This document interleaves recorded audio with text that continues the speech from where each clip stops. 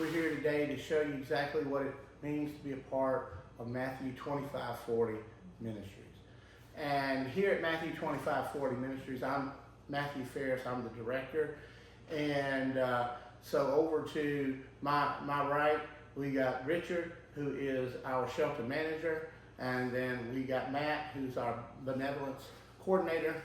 And we're here today just to talk to you a little bit about what it means to be a part, so that you can assess if you want to be a part of this ministry and come on board and become one of the members here. If you want to go out and help others with us, or if you need to check someone in and get help for someone, this is a great video for you to watch to find the help that someone needs if you know someone that might need help.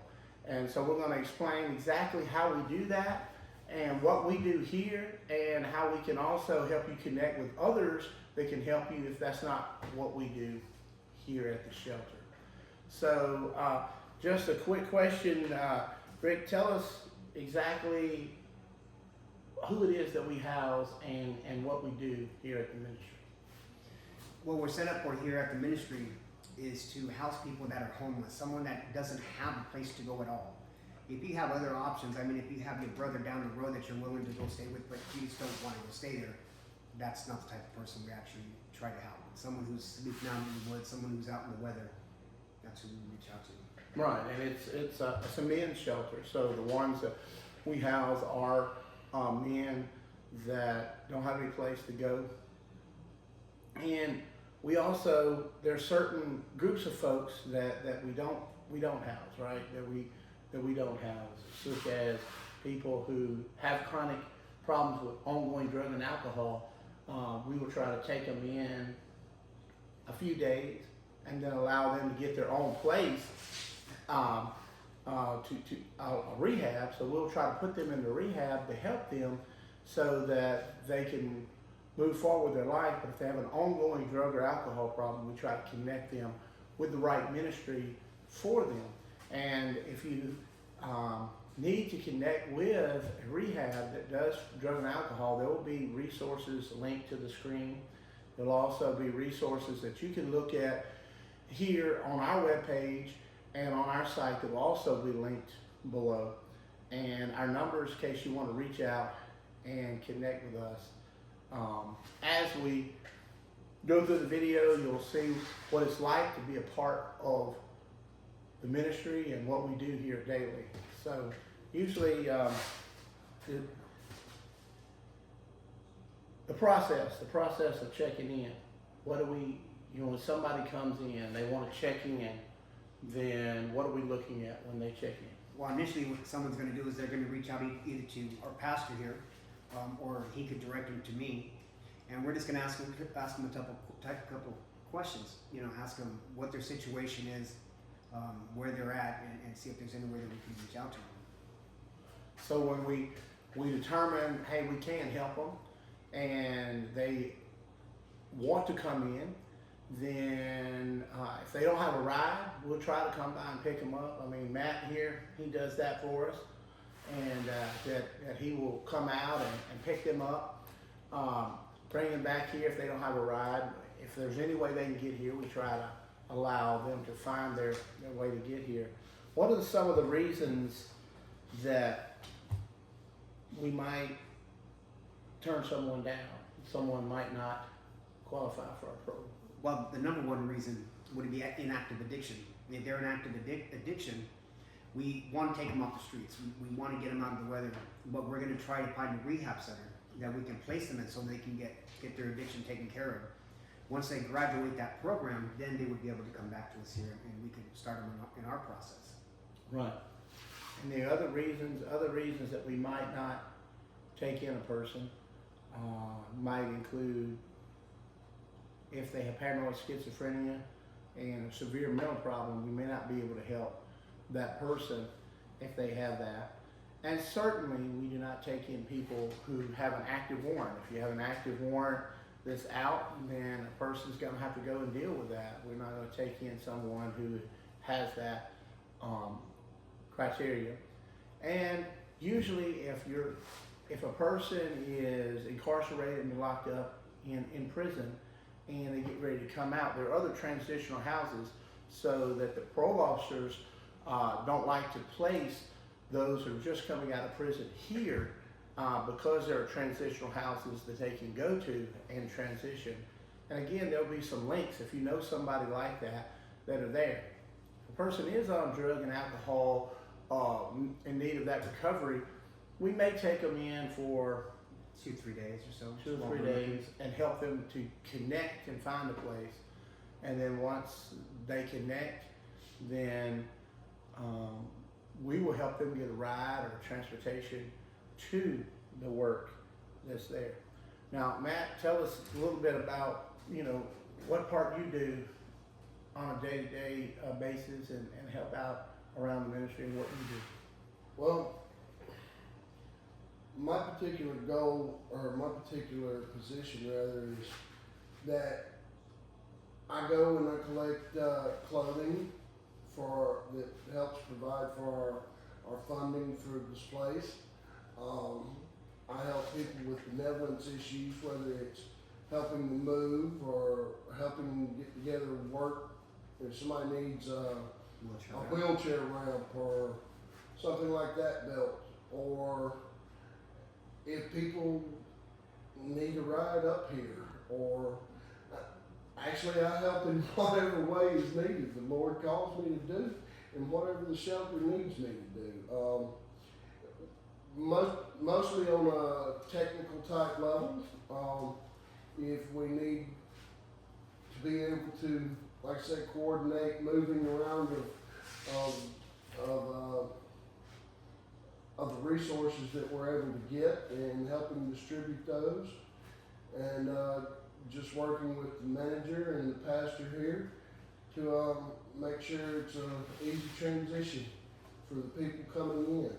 Oh, somebody's watching this and they have a donation they would like to make to the shelter of some items such as furniture or canned goods or clothing or anything like that, and they'd like to make a donation, and you live within a reasonable distance. We wouldn't drive to the other side of Jackson, but if it's somewhere around here, they're watching and they would like donations, and they can call you up. Yes. And so what we're gonna have on the bottom of the screen here is our numbers in case you need to call us. But if somebody's trying to check into the shelter, they can call Rick, and he will talk them through that process.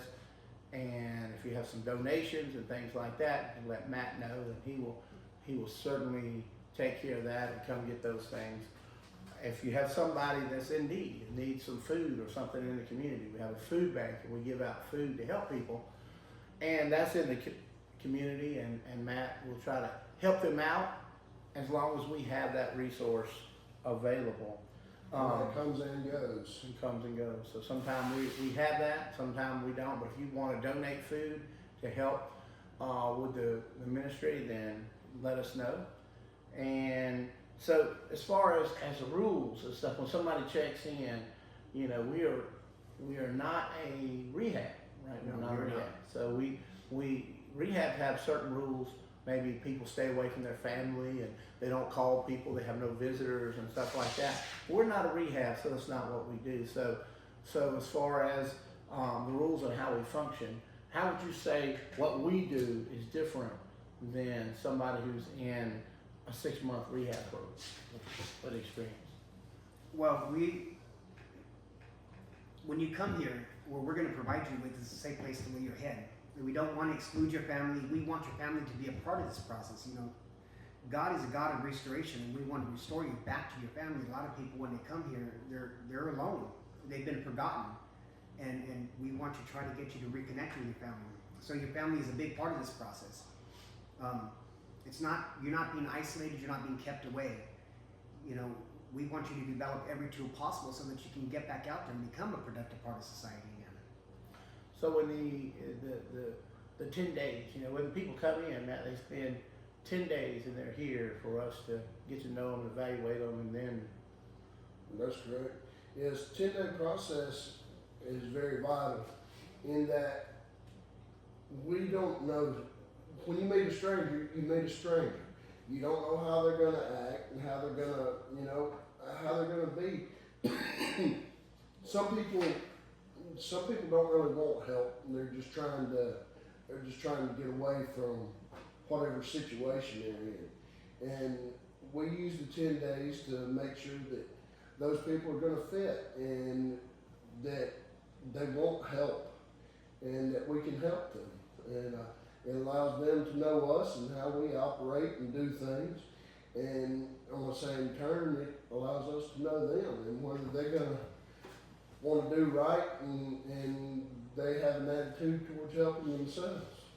And so it's 10 days from the time you come in, you're here, and we ask that we get to know you, you get to know us, and then after that, you can start looking for a job. We want you to go out and be able to get a job. So the guys here go and come, they go out to get jobs and better their lives. And so that's another reason why that we went all over the state looking for a place that is strictly a homeless shelter program where people can check in and be homeless and not have a drug addiction problem, but they can actually move forward. So we need to be able to trust the men who check in here to go out, get a job, do right, and come back. And so that's when the 10-day process comes in, so we can see if a person is being truthful, that they don't have an addiction. And so we observe, watch them. When somebody comes in, you know, Matt, and on a day-to-day basis, the kind of schedule that we do. Well, What can they? Generally we have devotion first thing in the morning. It's at 8 o'clock in the morning. A person can expect, you know, you want to be up and ready for their devotion at 8, and unless it's too cold, then it's 9. And then most days we have anywhere from 1 to 3 hours of work that we need to do, such as moving clothing or minor little projects around here. And we don't work nobody, try to work them like a slave or nothing like that. We realize everybody has their limitations. We work to your level. But everybody participates to help the next man that comes in. And then the rest of the day, pretty much free time, unless we're having church service in the evenings, and people can fish or they can do their laundry, or we like them to stay in their book, in their Bible, and pray up and contemplate their life and figure out what they're going to do. But they have more of their day at leisure than not. And generally we try to shut down everything around 9:30 or 10. Of course, we don't tell nobody what time to go to bed, but we're pretty much in the bunk at that time of night, and everything, you know, keep a decent schedule for decent people. So we just trying to help people, you know, and we get people all kinds of reasons, you know. I mean, Rick, some of the reasons that you know, we probably would you say that drug and alcohol is one of the number one reasons in our country for homelessness. Right. And then the second one for homelessness is probably mental illness. But other than the two big ones, what other reasons might somebody find themselves in a homeless situation? Well, we had one guy. He owned his own home and everything, and he lost his job. He lost everything, and he needed a shelter. He needed a place just like this to help himself to restart. Now he has his own car again. He has his own home, and he's out there making it. You know, and so things happen to good people all the time. Drugs, alcohol, mental illness. You just have, you know, we live in a fallen world where things happen. But when things do happen, there's a place where you can come. That's right. That's right. And oftentimes, though, you know, people's lives are so precariously balanced on a point, like an axis, that if one little balance goes out of the way, whether it's you have a major vehicle breakdown, well, that systemically makes you lose your job. And they were so fine on their finances that they have no wiggle room, and the rest of the spokes of the wheel may fall off. if one thing goes out of place and they have no way to recover without help. And that's the sad thing, you know. People look at us like that way, and there's a lot of us like that have that issue that if anything goes wrong, they're out of the house. Thin margin, you know, something happens and then you just can't recover from it. You know, health problems, right? I mean, we got a lot of guys here are you know, what would you guys say that the age range of the people that we have right now in the shelter? And we have how many we got here? We have 13 right now. We have 13 15 right including staff. And we can house up to 19 people, and so the Lord has blessed us to be able to do that. And but you know, the age of most of the people that are here currently, it's not 21 years old, is it? No, it's not. 40 to about 76. Yeah, 76. We have one, the oldest one's 76, or I know we have one gentleman 74. He may be the healthiest person on the property. And the youngest person we have here is 36. 36. Yeah, currently, and all different walks of life. I mean, we have people that have been everything from doctors and down to a burger cook. It happens that way, and it just shows you no one typecast is immune from that thin margin that can send your life out careening out into the ditch. Absolutely right. And how do we, you know, how long do they stay? The length of time here, it depends on the person. You know, one person may come in here just needing time to find him a job and get back, you know, save money to get an apartment. That could be anywhere from like 3 months. But then you got other people that are trying to pay out court fines, trying to pay out, you know, traffic fines so they can get their driver's license back. You know, and then from there they save up money to buy a car. Then they save up money to get an apartment, so they would stay longer. And then you have even some people that come here trying to get on disability or get Social Security going. So that could take an even longer process. So we have no time frame on how long a person can stay here, but as long as they're making progress to reach the goals that they have set for themselves. Mm-hmm. And so long as they're making progress, moving forward. So what do we do? How do we determine if they're making progress?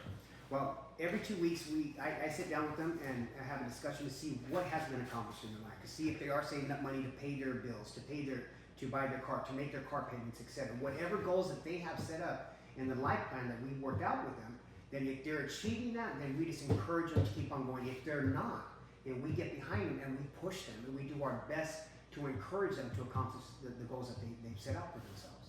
Well, they have a life goal, they sit down and they have that life plan, and then what we try to do is, as long as they're working that plan, right? So, Yes, sir. so a plan for somebody who's waiting on disability is much different. You know, we had one guy that just came, you know, more recently, and you know, he speaks like 4 different languages, and he's a very intelligent person here at the shelter. Well, in the span of the 3 weeks that he's been here, he's been able to get his income going through Social Security. He's been able to get a vehicle, and soon probably can easily move forward. But then you got somebody else. You know, we got other people here who's got prosthetics or waiting on disabilities, or people who's got brain injuries that need to check in. So sometimes the goal may not be, our main goal is for each person to do what? What would you say the main goal is? What I believe our main goal is here for a person to reach a level that they can go out there and they can start being a person again. When you become homeless, you lose all your sense of identity. I mean, people see you when they cross the street to try to avoid you. That's just what homelessness is about. But we have one guy here. He's not only got a job, he's become a licensed pest control guy. He's saved up money and bought a vehicle, and now he's saving up money so he can get his own place. You know, and he's progressing. So, and he just that's came what up to our goal my is. house. He just came up to my house, you know, and he sat there and he said, you know, he said, thanks to this program, this is his exact words a few moments ago. He said, I have my dream job, something I always wanted to achieve that I didn't think I would be able to do, and now I'm doing it. And he said, and I feel really good and I have peace of mind. And those were his words. I feel really That's Yeah. right, but you know, what a lot of people don't realize is the reason people can't get up is they have no stable footing underneath them without assistance. And that's what we provide, is the stable footing. They don't have to worry about paying a light bill. They don't have to worry about paying a water bill. They have to worry about getting themselves right. We offer them a place to lay their head. We offer them food to eat. And we offer them resources to help them get over what little haunts that they may have. Oftentimes, that has been one of the key things is, oh, I can't get my head above water because I have to buy a place to sleep. I can't save up for rent. I can't save up for food.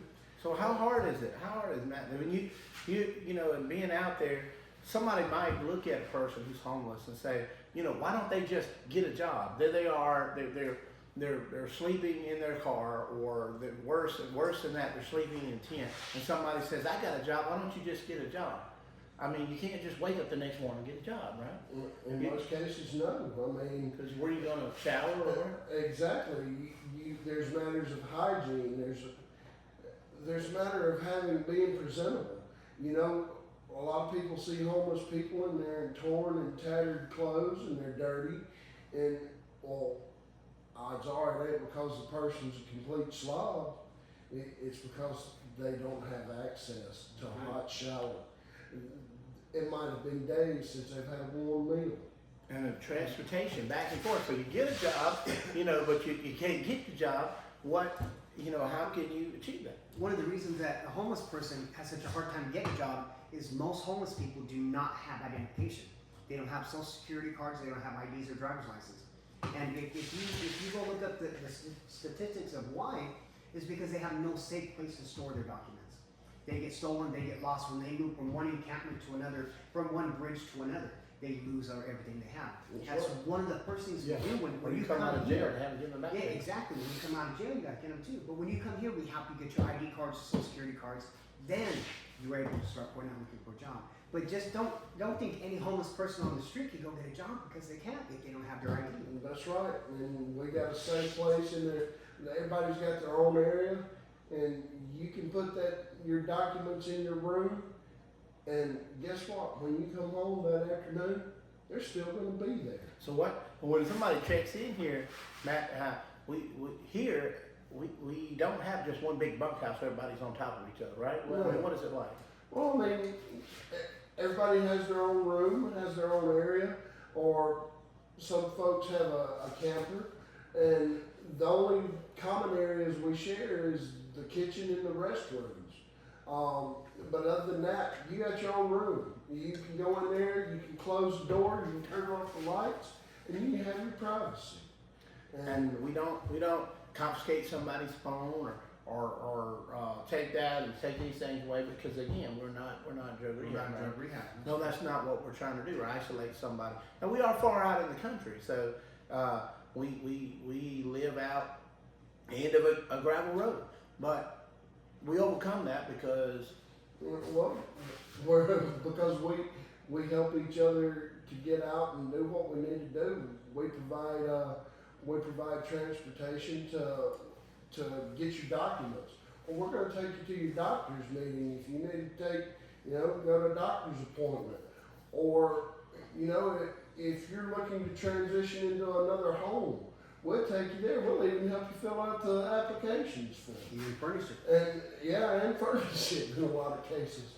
But we do ask that everybody come out. If you're going to go out for the day, that we know what's going on. If you're going to leave with your family, we don't need to know exactly where you're going, but we like you to be back at a decent hour. And that's only decent, because if somebody's providing you food and shelter, they care enough to know, hey man, when are you coming back? Right. So when they go out, they let us know where they're going. They can go. They go out and do what they need to do to get their life together. But we ask that they let us know. And if somebody's doing something they're not letting us know, and or they're getting up in the middle of the night and trying to sneak out or something, that looks like shady stuff. And so we ask that everybody just be above board, tell us what they're doing. and let we stand with you and help you. And in doing that, you know, I mean, as far as fees and stuff, what do we do? As far as our fees and stuff, we collect clothing to sell it internationally or however, and that's how we pay our light bill. Right. Is I go out and pick up donations, or the pastor does, and we bring them home and we stack them in an 18-wheeler trailer that we sell once or twice a month. And We do that's these how we make our things money. so that we don't have to charge a fee. So when you check in, we don't charge fees to live here. We don't charge when you come in. You don't have to have any money.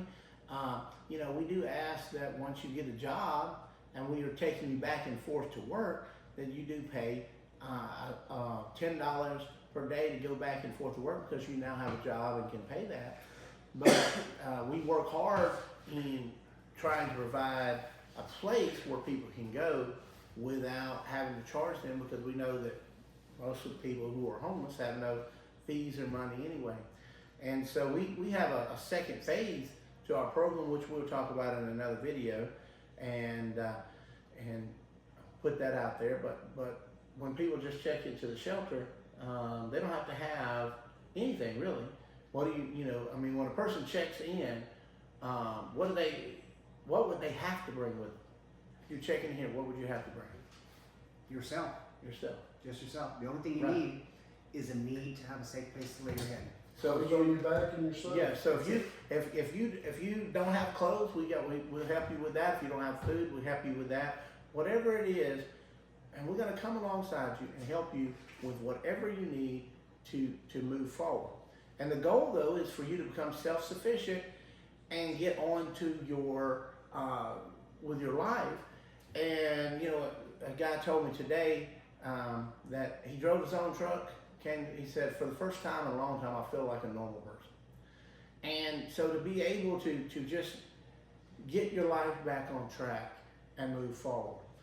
And for some people, that means get a job and move forward. And we're going to require that you be working on getting that job and moving forward. For others, they're not going to get a job because they need to be on disability. Or a lot of people come and they need to be on Social Security. And so we help them get involved in Social Security and help them get into senior housing, because we got a lot of people that just need to be, you know, either get into a nursing home or senior housing, and we try to help them connect with and get into that. And so, but ultimately, the reason why we do this, because none of us here get paid for what we do. I work at the church, I pastor church, I do get a salary from pastoring a church, but for Matthew 25:40, we do not, none of us get paid any salary or anything at all. This is a total volunteer situation for us to be here, volunteer to help people, because we want them to meet a spiritual goal, right? Yeah. So where is our spiritual goal? When somebody comes in and before they leave this place, spiritually, where do we want them? Rather than a spiritual goal, I like to kind of say that I have a hope. I hope that a person that comes here that they would fall totally in love with God. That when they meet us, that they encounter Christ in us. You know, and it's not our job to change their belief if they don't agree with how we think. You know, that's the Holy Spirit's job. But while you're here, you're going to get loved on. And hopefully you'll encounter God while you're here. Encounter the love of God through other people. Now, every morning we have Bible studies, and at least 3 times a week we go up to the church, and those are required. You know, to go. You're required to come to the meeting in the morning at 8 o'clock, do the Bible study, and when we go out to church, everyone here is required. But we don't require them to believe like we do. No. We just require you to respect the next man's belief enough to where you're not belittling them for their belief. So if they're not a Christian and they want to check in, that's totally fine. And we don't try to push them to anything. We simply share the faith through the love of God. But it is required that they go to the devotions and the church services, because it's a part of participating in the program. Now, what are the 2 programs that we go to at the church. Doing On Friday night, we have our life recovery group, and that's a drug and alcohol program, and that's led by Miss Diane Barney. And it's a 12-step Christian program. Now, whether you have a problem with drugs or alcohol or not, it's one of the requirements that you go. and then Tuesday night we have, well, we call it recovery service, but it's really praise and worship and an eating meeting. And we have good food, and we have brotherhood, fellowship, and not just brothers are allowed, but females as well. We have fellowship, and we learn about the Lord, and it's just a time to celebrate and give thanks to our Lord and fellowship together. And we're part of the Means of Grace Church, which is located at 1286 East Street in Mendenhall. But lots of people from different churches are there. There's people from all kinds of churches, from some of the local Baptist churches and Assembly of God, the Pentecostal churches. Lots of people that come in. We have different speakers from different churches all the time. And excuse me, we are setting up this YouTube channel here as a way to explain what we do at the ministry, to get the word out to the community, so that if you know anybody who needs to understand what we do, you could share this video with them to help them, so that they'll know if they want to check in. So some of the in general rules that we have, on the property, they're not really all that stringent requirements, just basic stuff. But what are some of the general rules? A couple of examples are, we are a Christian organization, and we ask that you don't cuss while you're here. We also ask that if you're going to leave the property, that you let us know. And if you're going to have guests coming, that you let us know that they're coming. No drinking. No drinking, no drugs. Drugs and stuff like that. And we have to be particular about the guests we allow in, as far as they can't go up into your room. A female guest can't go into your room and close the door, because, well, we just can't have that. That ain't the kind of place we are. But they are welcome to come, and as long as they're making themselves known and sitting in the common area, or they come out and go fishing with you and have a picnic or whatever. Yeah. That's perfectly fine. So we just trying to keep a kingdom values, but we believe that if a person falls in love with God, they're going to do the right thing. That's right. And that's our goal, is that the person will fall deep in love with God. Then they're going to begin to do and act out of who they are, and they're going to act out of the love of God. And so to show them those things. If somebody comes in, they have their own vehicle. What is the requirements? If you got your own vehicle and you want to come, what is the requirements that you're going to have to meet having a vehicle here? Well, you're going to have to follow all the same rules that every other shelterman follows. But we ask that you do not just let any of the other sheltermen jump in your car and you guys go anywhere. If anybody needs to go with you for any reason, there has to be permission for that. We ask that your car be legal and it be tagged and insured. We do not want people, you getting pulled over down the road and saying, oh, this is, the type of people we have here. So, we have to be careful of that. As long as they operate in a legal and responsible way, then they can drive themselves back and forth to work, go look for work or whatever, letting us know where they're going, and the guys that anytime that you come out and you're here and you say, I don't want to be here, this ain't gonna work for me, then Matt will give you a ride or give you ride back to town, and you can be on your way, within reason. We don't want to give you a ride to Meridian, Mississippi or something, but as far as just giving you a ride back out to somebody's house or something so that you can leave. But so it's not like court ordered. We don't have anybody that's court ordered to be here. We don't have anybody that is mandated to be here. We want people who want to recover, and it's for men or homeless. And so we don't treat it and act like many of the other places that are like we want them to feel welcome. We want them to feel like they're somebody, But most of the times when you're homeless, you're treated like a nobody. And we want a person when they come here to know, most important, that they are loved. That's right. And whenever they come, again, we don't ask for any payment, but nowhere in this world do you get something for nothing. We ask that you participate and try to make the place better for the next man that comes through. And, you know, an hour of your day, on average, an hour of your day is a small price to pay for your lights and your water and your place to lay your head. And it's nothing heavy to do. It's just helping out, because every one of us are out here sweating, doing something to help everybody else. And so every bit of the place, even the room we're in now, you know, when we first started, it was simply a camper that was one camper sitting in the middle of the woods, and it didn't even have lights, electricity, didn't have water, anything. And that man began to just make improvements. And since then, every man who's come through here has helped to improve the place. And if you want to be part of helping to improve the place, or helping to invest in improving the place, then I invite you to reach out to us, and there'll be another video that we're going to put forth soon.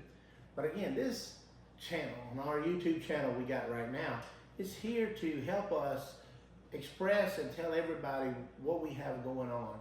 And so we'd appreciate it if you would like it, subscribe, comment, share it with others so that they know what's going on. And again, at the bottom of the page, there's going to be a link to some of our places. So if you need another place, a women's shelter, if you need a rehab, if you need a place to figure out how to help someone who's having mental problems or whatever, there'll be links in the description, and you can click on those to help you. And reach out, feel free to reach out and contact either one of us, and we'll help you figure out. Because if we don't have the answer and we can't house the person here, then we will try to help you find the place that will match up to you, right? Because we spend a lot of time going throughout the state trying to find people and places where people can go. So we know a lot of the different shelters and who they house and who they don't, and what they do. And so we're a good accumulation of resources, of knowledge of resources, Yes. for people that are homeless and disenfranchised. We have quite an extensive list of things in order to help to. And that list continues to grow. That's right. By every day, just about something new is added. You know, one of the things we have not spoken about is one of the other things we do here at the shelter is when you come in, we don't want to just meet your physical needs. We don't want to just, you know, give you a safe place to lay your head. We want to check you out. I mean, we want to check you out mentally, see how, you know, if you have any mental health issues, we get you taken care of over at Region 8. You know, we have it worked out with them to where they'll give you pay for your initial intake fee and get you going on any medications you have.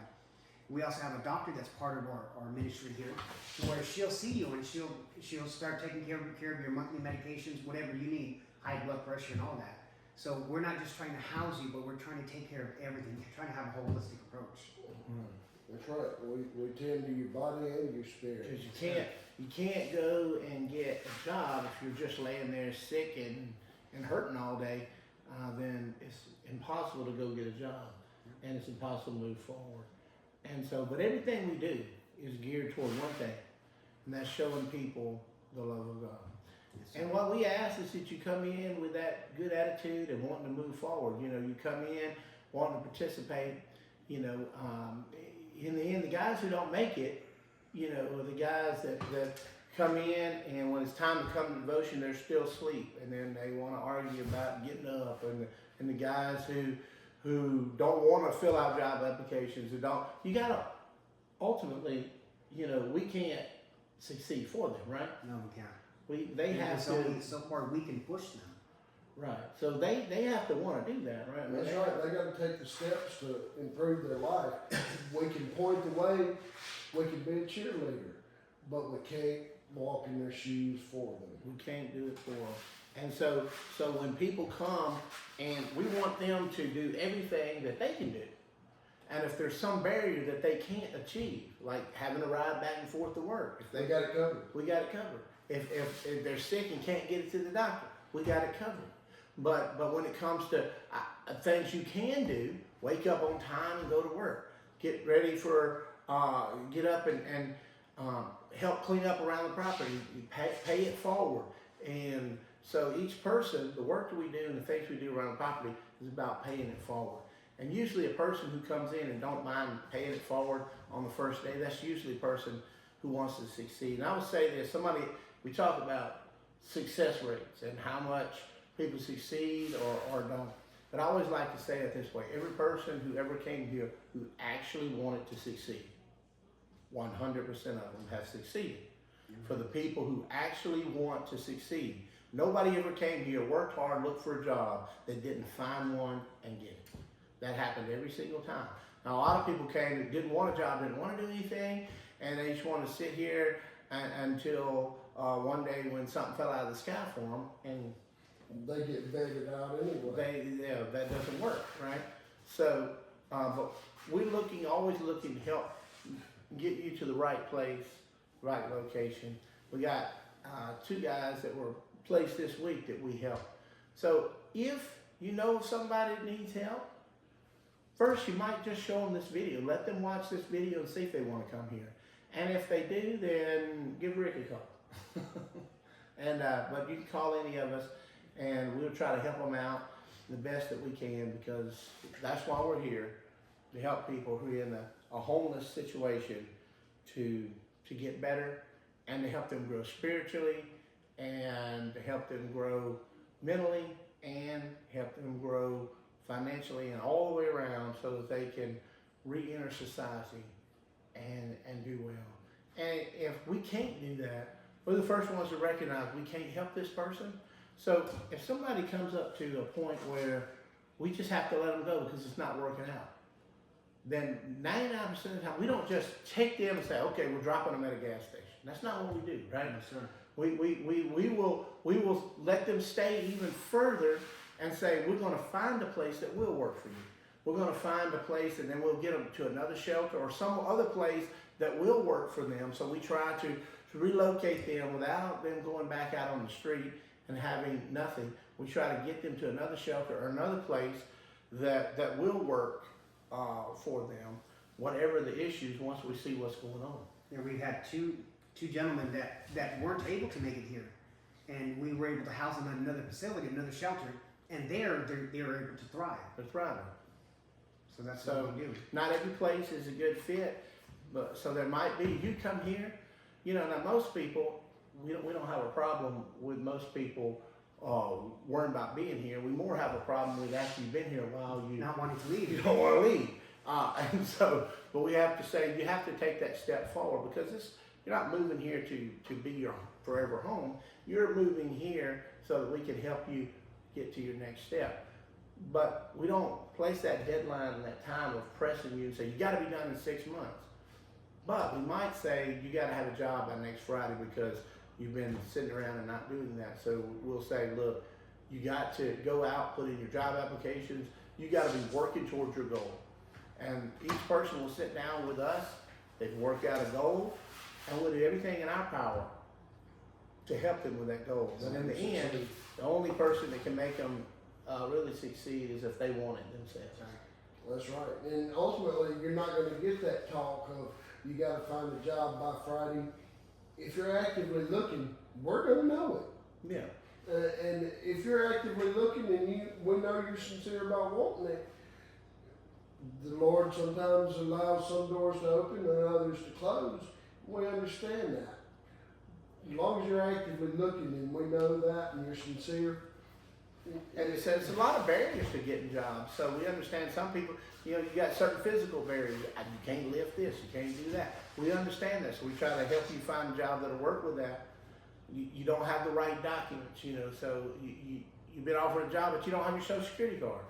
So that's one of those barriers, and we'll go help you get that.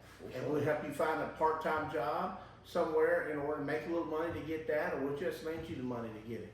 But ultimately, you come to a group of brothers who want to help you succeed in what you're doing. And we stand beside you and we'll help you. And ultimately, the answer is Jesus. Jesus.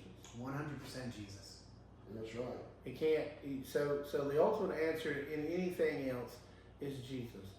And when a person comes, they begin to understand that the love of God and through Jesus Christ, that is the way they're going to move forward. Because if they try to move forward any other way other than in the love of Christ, when Christ Jesus was asked, what is the most important thing? He said, to love the Lord your God with all your heart, strength, soul, and mind. So here, our key verse. Do not, don't be conformed to the pattern of this world, but be transformed by the renewing of your mind, that you may prove and test what is the perfect will of God. So we've been transformed, begin to think differently. And every day that we're here, we try to live that verse, and we try to live out the verse of Matthew 25:40. And it just says simply to all of us, what you've done for the least of these, you've done it unto me. So by serving others, we believe we're serving Christ Jesus. And that's what we are trying to do. So we invite you, if you know someone that needs this, send the video to them. We also invite you to contact any of us if you want to join in or be a part of a ministry like this and help people. There's lots of opportunities to serve. We'll be putting out another video about that. But we want anybody who the Lord is leading to be a part of it through watching this video to jump in and be a part. Amen. Y'all have anything else you'd like to say before we? I would, there in running a program like this, it takes money to accomplish that, and we're able to do that for the most part. But if you are able to help, I ask you to help. I truly do. But if you're not able to help, I ask you to hit your knees and pray. That's where the difference is going to come in.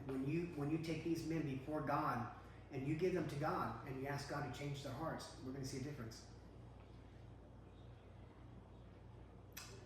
All right. Well, thank you so much for watching, and we hope you'll like, subscribe, and share this video with others.